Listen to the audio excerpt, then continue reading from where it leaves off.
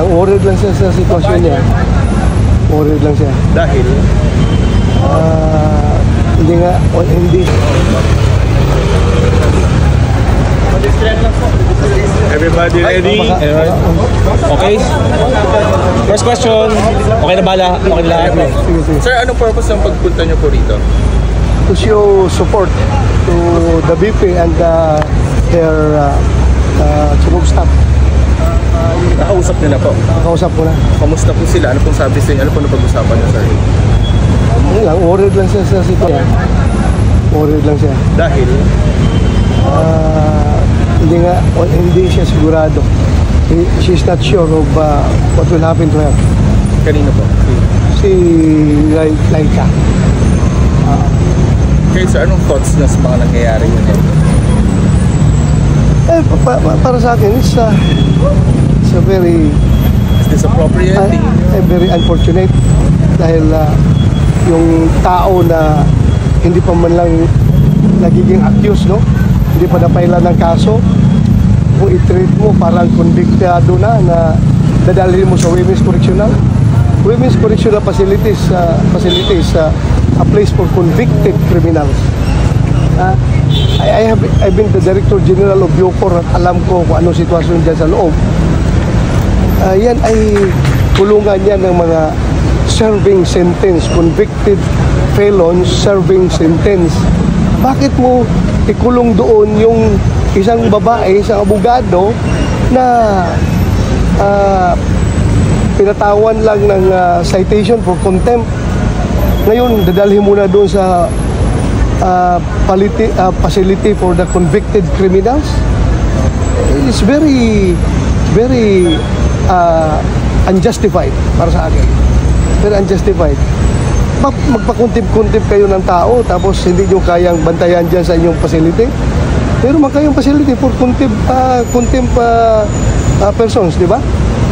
For persons cited in contempt, you should have your own facility dyan sa Kongreso para bantayan ninyo. Bakit nyo dalhin doon? Okay lang sana kung doon dalhin sa Quezon City Police District detention, mga ganon. Pero yung detention cell ng mga criminal, ay ng mga convicted criminals, that's the worst for me na ikulong mo isang taong cited in contempt lang. Alam na ba to ni former President Duterte? Nakausap niyo na ba siya? Tingin niyo, aware na siya dito? Ay, doon to. Wala pa kami punta kasi kagabi pa ako, galing kong Baguio, natutulog ko sa Baguio. Noong alas 2, ginising ako, tinawagan ako na humihingi ng tulong si BP Inday Sara sa sitwasyon nila doon sa house. Kaya bumaba kagad ako, bumiyahe kagad ako dito from Baguio para matingnan lang kung anong sitwasyon nila. As a senator, may magagawa po ba kayo anything to help yung saklono ni BP Sara? Well, pag-aralan natin because we observe, even though we observe interparliamentary courtesy. Hindi tayo pwede makialam sa trabaho nila. Sila rin hindi pwede makialam sa trabaho namin. So, yan ang binabantayan natin. Pero ito nga lang, nakakomento lang ako na hindi po maganda talaga. Bakit ang isang person na cited in contempt lang sa isang hearing dyan sa House of Representatives ay doon ay kukulong kaagad sa Women's Correction Facility, which is a place for persons or for convicted criminals serving sentence. Hindi pa kumbiktado itong tao na ito. Bakit doon mo kagad ipadala? Hindi pa nga akusado. Wala pang kaso na na-file. So saan ba saying that this is unlawful? When you say unlawful, pag-aralan ko pa. I'm not so sure. Pero unreasonable for me. Pero sir, naniniwala po ba kayo na overkill ang deployment ng PNP ngayon base na rin sa sinabi ni Vice President? Walang pulis naman, sumusunod lang yan sa order. Pag inorderan yan ng mga higher ups nila na pumunta kayo doon to provide security, huwag rin natin masamain yung pulis dahil sumusunod lang yan sa order. Kahit na alam nila na may politics behind all these orders, but still, they are the legal orders coming from their superiors. So So, susunod lang yung mga polis dyan. So, huwag natin masamain yung deployment ng mga polis. They are just following orders. Andyan man sila to secure everyone, pati tayo. Sen, follow up lang po. Can you share to us some of the details na napag-usapan niyo kung meron man ni Vice President Duterte ngayon?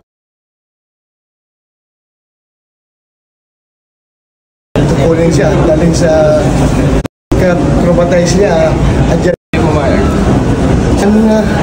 kasi yung pagka-traumatize niya, andyan pa rin.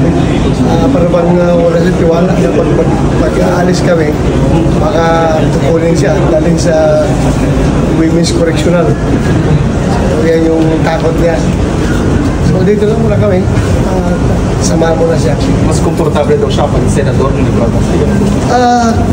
Komportable siya, hindi man kailangan senador. In the sense na magkababayan kami, taga Davao, taga lang kami magkakaibigan. So, mas komportable siya kung andyan kami. Kausap niyo na po si former President Duterte. Hindi pa? Pupunta raw ba siya dito? Wala. Baka, alam na niya yung mga pangyayari, pero baka hindi pa, wala pa siya sinabi kung pupunta siya. Sen, bukod sa'yo, nandyan si San Bongo. Yes, andyan siya. Kasama niyo ba po ngayon? Oh, andyan sa taas. San, basically, ano yung pinag-uusapan niyo sa habang nagbabantay kayo kay Atty. Lopez? Meron ba siya kinukwento?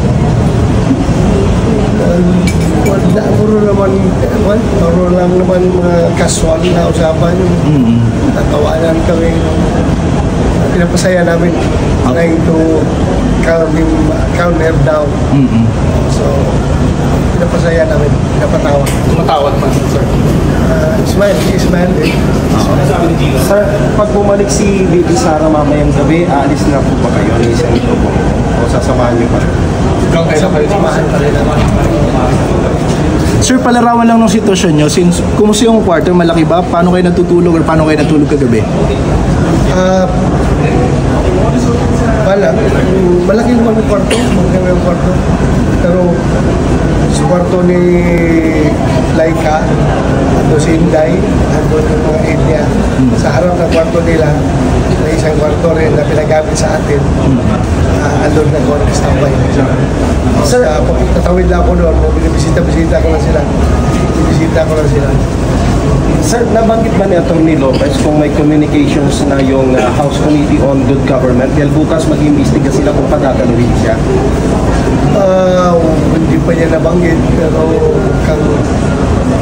hindi pa siguro siya physically capable na bumiyahe at pumunta doon, considering her medical status. Baka hindi ko masigurado. Sir, ano na lang po siguro ang reaction niya po natin sa bantama po ni VP Sara kay House Speaker Martin Romualdez, kay Pangulong Bongbong Marcos. Ano po siguro masasabi po natin sa sinabi po ni VP po kahapon at saka ngayon po na hindi po siya tolerate po ni na Senate President Jesus Cordero at saka ng PNP at ng mga ibang House Representatives po. As I have said, may kondisyon yung kasabi niya, di ba? Kung siya ay papatayin, ipapatay rin daw niya. Di ba? Yun yan, patayin mo na siya bago niya ipapatay. Kumbaga, wala mangyayari kung hindi siya gagalawin. Parang gano'n lang sinabi niya. If that's so, Sen, naniniwala po tayo na hindi yun threat. Naniniwala po tayo na hindi yun threat, if that's the case. And, hindi ko sabi, sila kinukonsider ka kailangan active threat eh. Maybe conditional threat. Conditional threat. You hurt me, I'll hurt you. Ang gano'n lang. Ano?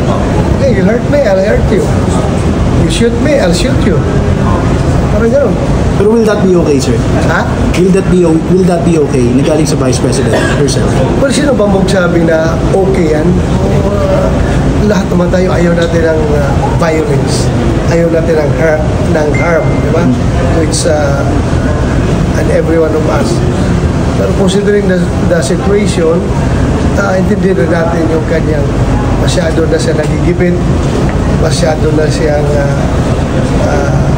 feeling talagang parang pinagkaisahan, gano'n. So, normal reaction ng tao yan. Sir, Hindi natin. Sir, yung PNP, meron nga po silang sariling investigation and you were a former PNP chief regarding dun sa sinabi ni VP Sara. Do you think, sir, it merits an investigation on the part of PNP? Well, anything that concerns the president should be taken seriously. So, well yan mechanical yan. Do not disregard anything. Pag narinig mo yan, you have to do your job. Imbestiga ka. And I'm sure, meron silang ma-find out after their investigation. Bahala na sila kung anong ma-find out. Sen, saan niyo po nakikita ang direction nito, yung trajectory nito mga nangyayari ngayon? Direction. Tanungin mo na lang siguro yung mga sino pang nag-contempt kay Laika. Sir, ano na lang po siguro, what's next na lang po siguro, sir, ngayon na sabi niyo po kahapon na unjustified po yung na-transfer nga po siya sa correctional facility. So, ano lang po siguro ang next move natin po, dyan, sir? Siguro kung pipilitin nila yan, may abogado naman si Atty. Laika na he can seek redress from the courts. So, punta tayo sa legal. Dapat. Sen, last na lang on my part. Sabi ni VP dun sa SMS niya, request ni Attorney Lopez na may naka-standby na abogado 24/7. Meron po ba ngayon na abogado dyan sa ward? Meron. So hindi po umaalis? Nagpapalitan sila. Okay. Papalitan sila. Siguro pangalawa, pangatlo ko na nakikita yan. No? Pero hindi lang po isa, Sen? Ha? Hindi lang isa? Hindi lang isa. Nagrelibuhan rin sila. Sige. I'm good. Thank you. Sige, Sen.